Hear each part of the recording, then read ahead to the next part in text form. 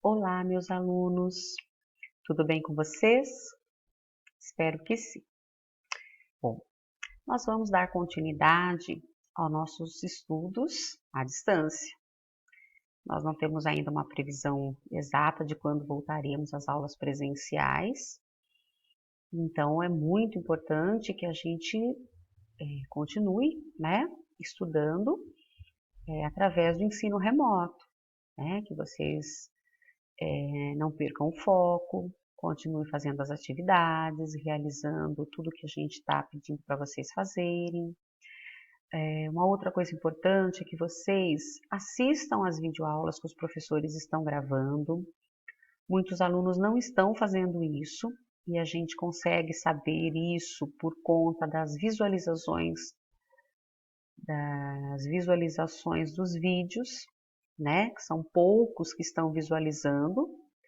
E aí a gente fica preocupado, né? Porque será que está aprendendo direitinho? Será que está fazendo tudo como deveria ser feito? Né? Porque os professores estão usando essas videoaulas para tirar as dúvidas, para tentar pelo menos tirar as dúvidas de vocês à distância. Então é muito importante que vocês acompanhem essas aulas. E muitos alunos não estão acompanhando. São pouquíssimas visualizações. Bom, a partir desse material que vocês estão recebendo, nós vamos trabalhar conjuntamente aquela apostila universitária que vocês receberam no começo do ano, que nós já tínhamos dado início nelas, né? E vamos usar também essa apostilinha que vocês receberam, que eu elaborei para vocês. Então, nós vamos tentar caminhar, né, em conjunto com os dois materiais, porque a gente não vai conseguir fazer toda a apostila, porque nem tudo dá para a gente fazer à distância. Mas o máximo que a gente conseguir, a gente vai fazer, ok? Bom, para a gente começar a falar um pouquinho a respeito da primeira página de história que vocês tenham aí na apostila de vocês, nós vamos relembrar um pouquinho o que a gente estudou na apostila no começo do ano, enquanto estávamos em aula presencial. Nós havíamos falado um pouquinho a respeito da expansão territorial do Brasil, porque quando os portugueses chegaram no Brasil, eles não eram dono de tudo do que é hoje o Brasil. O que era de Portugal? Apenas uma faixa de terra que ia do litoral até a linha do Tratado de Tordesilhas, aquela linha imaginária do Tratado de Tordesilhas, tá? Que a gente já estudou também. Lembrando que a linha imaginária, ela não estava ali riscada no chão para que todo mundo soubesse, a partir daqui não posso passar porque é da Espanha. Não existia isso. Então, com o passar do tempo, os portugueses foram aumentando o território deles, eles foram invadindo a parte que, segundo o Tratado de Tordesilhas, era da Espanha, né? E nós vimos que foram vários os fatores, né? A criação de animais, né? A pecuária, fez com que eles invadissem além da linha do Tratado de Tordesilhas, porque no litoral plantava-se cana para ter a produção do açúcar. Aí, como que vai criar boi junto com a plantação de cana? O boi vai comer a cana. Então, eles tiveram que fazer o quê? Irem se distanciando da plantação de cana. E isso fez com que eles fossem invadindo o território além da linha do Tratado de Tordesilhas, né? Outro fator importante foram as missões jesuíticas. Os padres jesuítas que vieram para o Brasil, eles iam atrás dos índios para catequizá-los, né? Havia uma preocupação muito grande da igreja em, vamos dizer assim, conquistar novos cristãos. Lembram que nós estudamos a respeito de Calvino, de Lutero, a Reforma Protestante? A Igreja Católica havia perdido muitos fiéis quando houve a Reforma Protestante. Então, dentro dessa questão, a Igreja veio em busca de novos fiéis. E quem eles estavam levando para a Igreja Católica? Os índios. Eles vinham catequizar os índios, então eles foram montando missões jesuíticas para catequizar os índios, né? E isso foi invadindo o território e eles foram conquistando espaços além da linha do Tratado de Tordesilhas, né?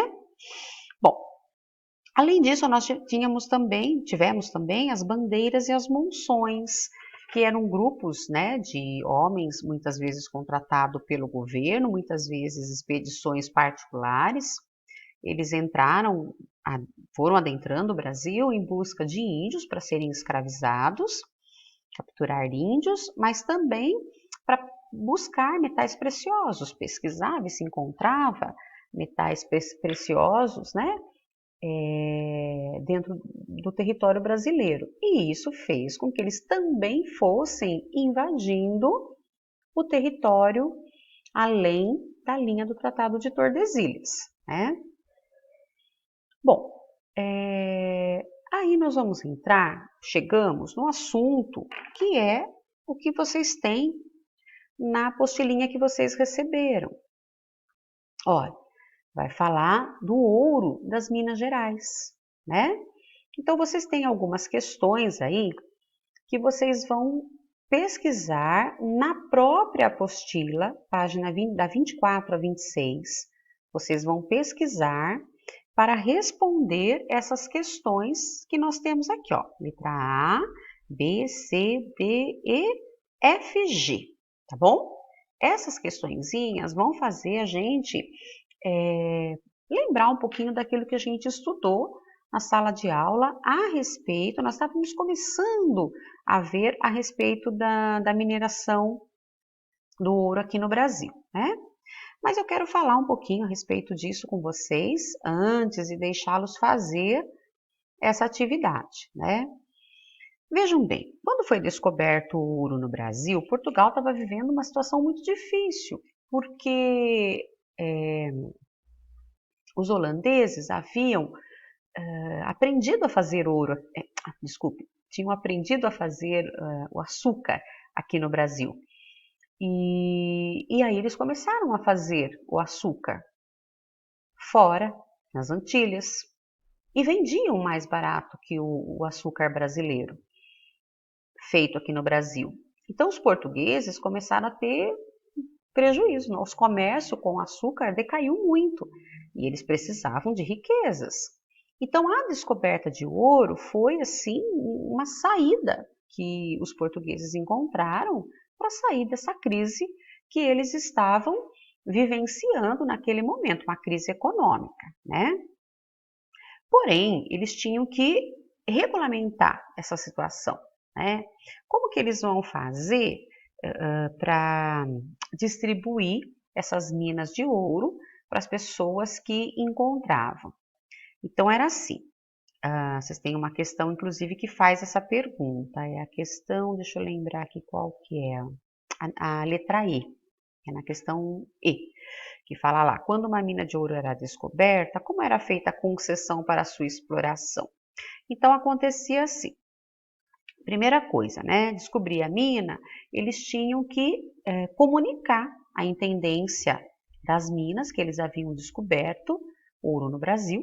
Uma pessoa, quem descobrisse esse ouro, ia lá avisar, tinha que contar para o rei. Olha, nós descobrimos. Então, o representante da intendência das minas, ele ia ou pessoalmente ou mandava alguém lá para verificar o local e dividir esse local em datas. Essas datas eram lotes, né? Dividia o espaço onde era encontrado o ouro em lotes, e esses lotes seriam divididos, né, ou leiloados entre as pessoas que tinham interesse em fazer o garimpo do ouro ali. A pessoa que tinha descoberto o ouro, ela ganhava o principal pedaço para fazer a mineração. E o restante era entregue para as pessoas que tinham uma quantidade de escravos, né? Para as pessoas que tinham lá uma quantidade de escravos maiores. Então, quem tinha mais escravos ganhava um pedaço melhor, quem tinha menos. Então, eles iam leiloando entre os grupos que estavam interessados em fazer o garimpo e que possuíam um maior número de escravos. Porque, claro, quem é que ia fazer o garimpo? Era o escravo que ia garimpar, não era o dono do escravo. E aí, a pessoa para garimpar tinha que ter bastante. Então, quem conseguia datas eram as pessoas que tinham uma quantidade maior de escravos para fazer o garimpo, né? Desde sempre, gente, houve contrabando de ouro. As pessoas contrabandeavam, os escravos contrabandeavam, eles escondiam o ouro até no meio do cabelo, né? Saíam escondidos, eles eram vistoriados, né? Faziam tirar toda a roupa, ver se não tinha ouro escondido. Mas mesmo assim eles davam um jeitinho de contrabandear, de roubar o ouro. E uma das formas que existia era o Santo do Pau Oco, que a gente vai falar semana que vem a respeito disso. Mas o contrabando sempre existiu, isso que é importante vocês saberem. E para evitar esse contrabando, o que o rei de Portugal resolveu fazer? Criou as casas de fundição. A casa de fundição era um local onde todo mundo descobriu ouro. Tá, então vai levar todo o ouro lá na casa de fundição. A casa de fundição derretia o ouro, transformava ele em barra com um selo do rei, um selo real. E já aproveitava para tirar a quinta parte daquele ouro que foi levado lá. Então o ouro era quintado, né? O que é o ouro quintado? Tirada a parte que pertencia ao rei, porque o rei cobrava um imposto das pessoas que faziam o garimpo. E esse imposto era chamado de quinto. O quinto. O que era o quinto? A quinta parte do ouro que era encontrado. A pessoa tinha que pagar esse imposto, o quinto, para a coroa, para o rei, né? Que mais de importante a gente tinha lá? Vamos ver. A descoberta do ouro. Então, o Conselho Ultramarino, eu não falei sobre isso. O que foi o Conselho Ultramarino, né? Qual era a função dele? Então, o Conselho Ultramarino, ele era responsável pela exploração de ouro no Brasil. Quando Portugal estava lá em declínio na venda do açúcar, na produção de açúcar, ele precisava achar uma outra forma de ganhar dinheiro. Uma das formas era em busca de riquezas. E foi o Conselho Ultramarino que foi em busca, né, era o responsável por essa busca das riquezas aqui no Brasil. É uma das questões que vocês têm também. Outra coisa importante que vocês têm, a casa de fundição, já falei. Tá, sobre a derrama, não falei sobre a derrama. A derrama era assim, no ano tinha que ter arrecadado, no mínimo, 100 arrobas de ouro no Brasil. Uma arroba hoje são 15 quilos. 100 arrobas, 1.500 quilos no ano. Então vejam bem, o governo tinha que arrecadar 1.500 arrobas de ouro no ano. Não arrecadou. Teve muito contrabando? Tá, então nós vamos confiscar. O dia que eles iam confiscar esse ouro era chamado o dia da derrama. Digamos que você fosse lá um garimpeiro, uma pessoa responsável por uma mina que fazia o garimpo. Claro que as pessoas acabavam escondendo ouro, né? Davam um jeitinho de contrabandear, esconder do rei.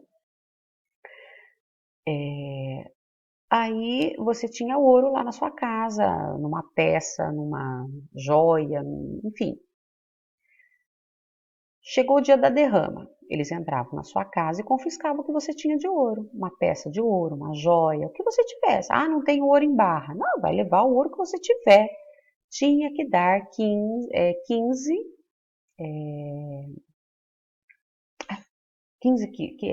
tinha que dar, oh meu Deus, 100 arrobas, desculpe. Tinha que dar 100 arrobas no ano. Se não desse 100 arrobas, eles iam confiscar até chegar nesse número, nesse peso, né? Para poder mandar para o rei. Então, o dia em que eles faziam o confisco era chamado o dia da derrama, né? Bom, basicamente, o que vocês vão rever dessa matéria, nessas questões, é isso que eu falei agora para vocês, tá? Vocês vão reler o texto e vão concluir as questões